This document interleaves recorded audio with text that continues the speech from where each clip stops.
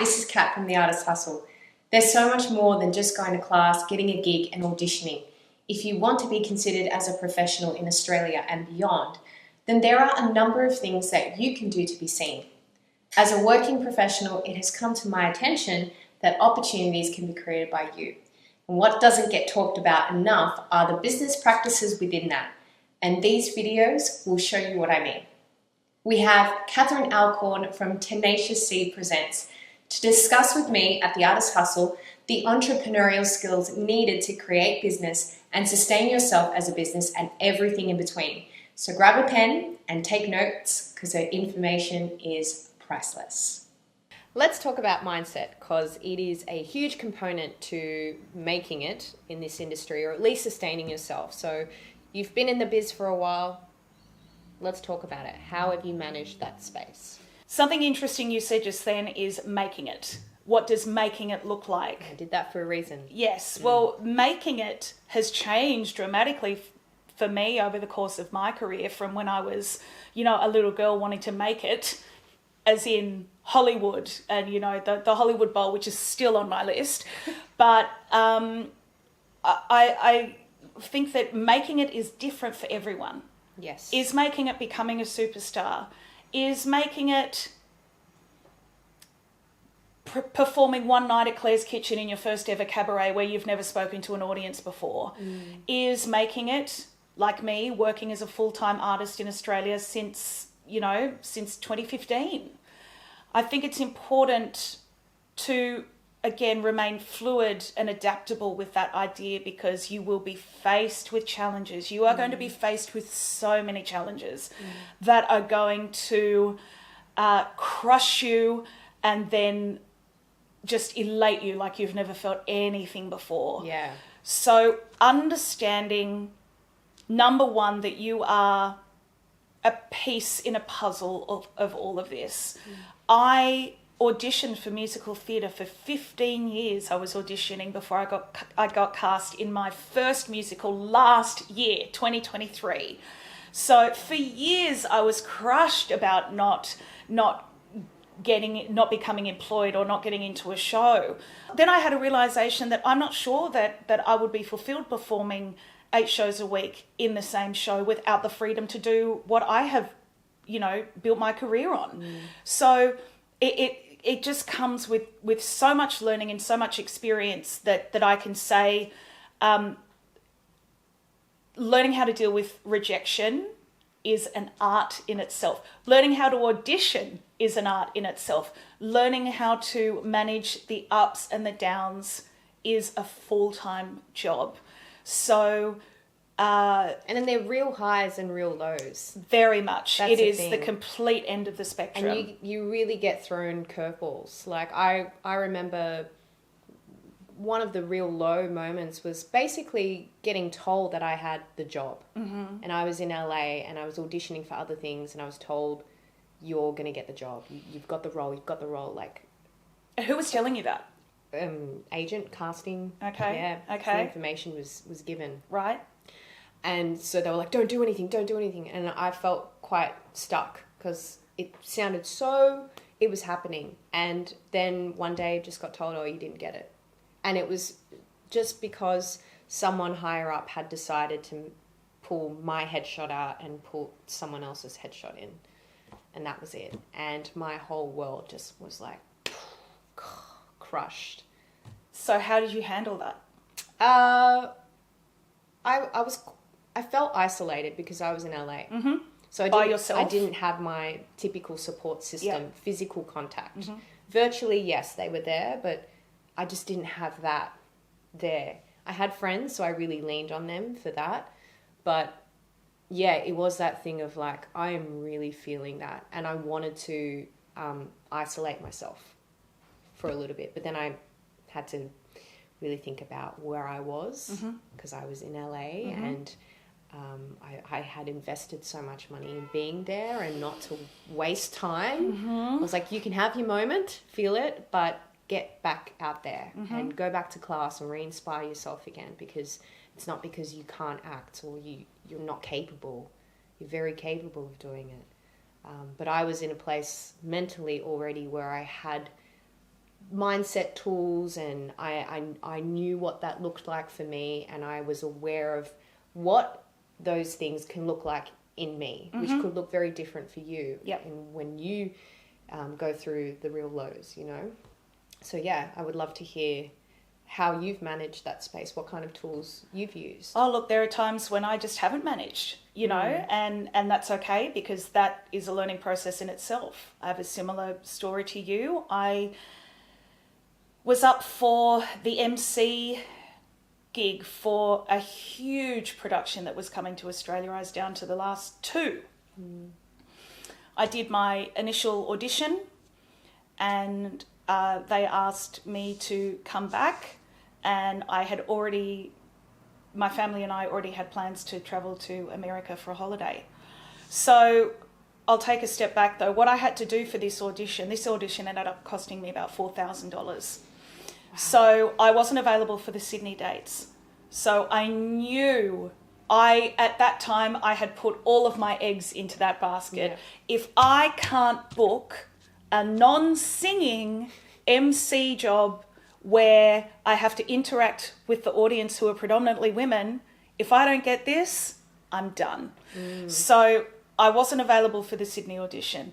I flew myself to Melbourne, auditioned there, got a call back for Sydney, but it was the following week, and we were already flying out to America that day.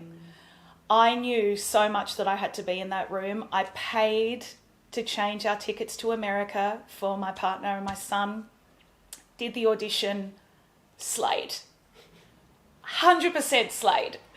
And I was so confident that I was going to book this job that when we were in America, we left my son, who was, he was turning 2 that week. We left him with my brother and his family. We flew to Vegas to see the show for which I had auditioned. Yeah. So there was the cost of going and seeing the show as well. I was standing in the foyer of the hotel, and it had been about a week and a half since I'd done that second audition, the callback. I was standing in the foyer of the hotel, and I got a call from my agent as we were waiting for the Uber to take us to the show that night. I was like, oh my God, this is it. Oh my God, I'm looking around the room, like to the audience now. This is it. And I picked up the phone. Cam was like, oh, should you? And I was like, I have to. Picked up the phone, and she said, you didn't get it. Oh. And Kath was crushed. Oh gosh. I couldn't believe it. And a few nights before that, I had said to Cam, if I don't book this, I'm done. I'm quitting. Because that was at a time in my life where there had been so many rejections, so many auditions, so many you were this close. And I just thought, if this isn't it, I'm done. I can't keep doing this to myself. I can't keep doing this to my family. But that is because I didn't have the tools of resilience that I do now. So I didn't have the bigger picture that I am just one piece in this puzzle and I have to fit with this, and this. I didn't have the mindset and the belief that I'm still capable, that I'm still worthy, that I am still talented. So it took a long time. It actually took the majority of COVID and to, essentially fall into a heap during that time because of the 10 years prior to that of the hustle and, the Did you experience burnout? 100%. Yeah. Burnout to the point where I was unwell and it affected my health and my mental health. So then that is when I started seeing a therapist. That is when I engaged with an inner child healer for a 17-week session. And that changed my life, absolutely changed my life. And I endorse anyone, especially in this industry where things are so uncertain and things are so ever-changing and sometimes unsustainable, to find those support networks like you said you had and to find those tools. I think that's a really important point, is that it's not you, it is the environment, and it is the profession of which we have chosen to enter into. So learning those tools, learning about self-love, resilience, and learning to be kind to yourself and gentle with yourself, because if you're not, that's when things can become really difficult. And to also add to that is we are in a very, we can have very isolated experiences, and we're working alone a lot of the time. So even though there's a sense of community, we're all very individual in the experience, and everyone's got their own sets of problems and issues and may not have the space to be there for you. So a lot of it is having to be your best coach and be your own best support.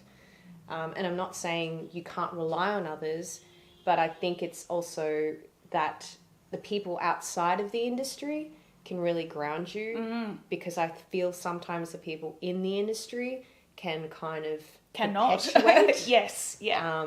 and don't have the tools or resources to be there for you because they're very much into their own stuff. Yeah, absolutely. How do you feel about that? Yeah, I think that I wouldn't be here without the love and support of my family and my friends who are outside of the industry, for sure.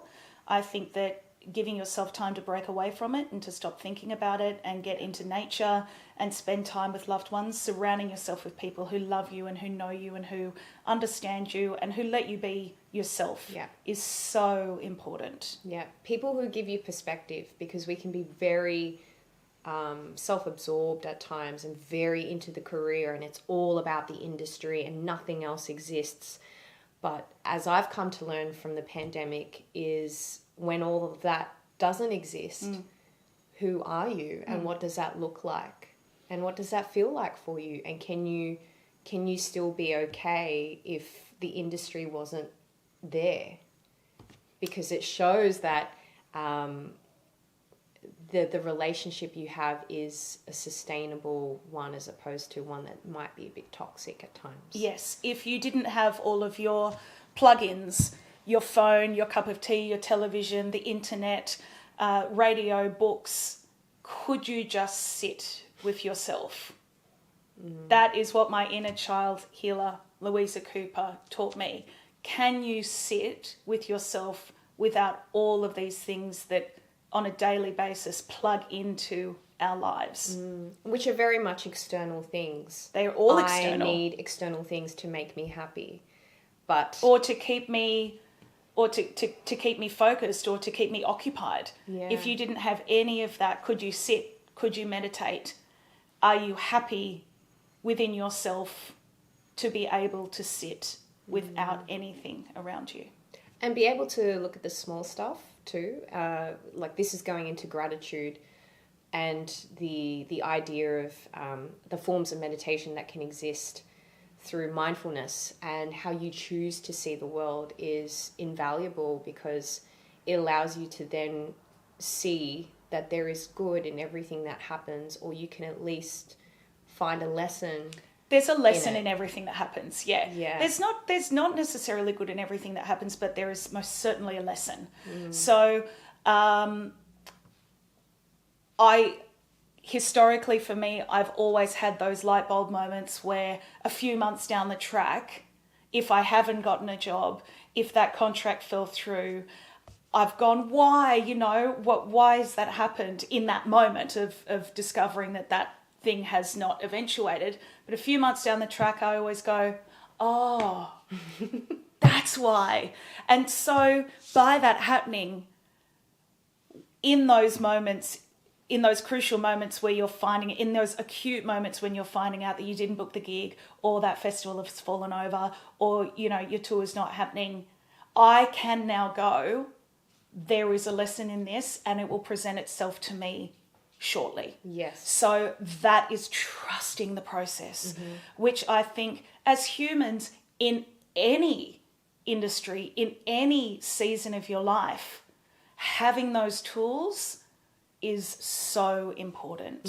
It stops you from freaking out. It stops you from doubting yourself. It stops you from wanting to quit every day. Like I said to Cam, if I don't get this gig, I'm done. I will never be done because I love what I do so much.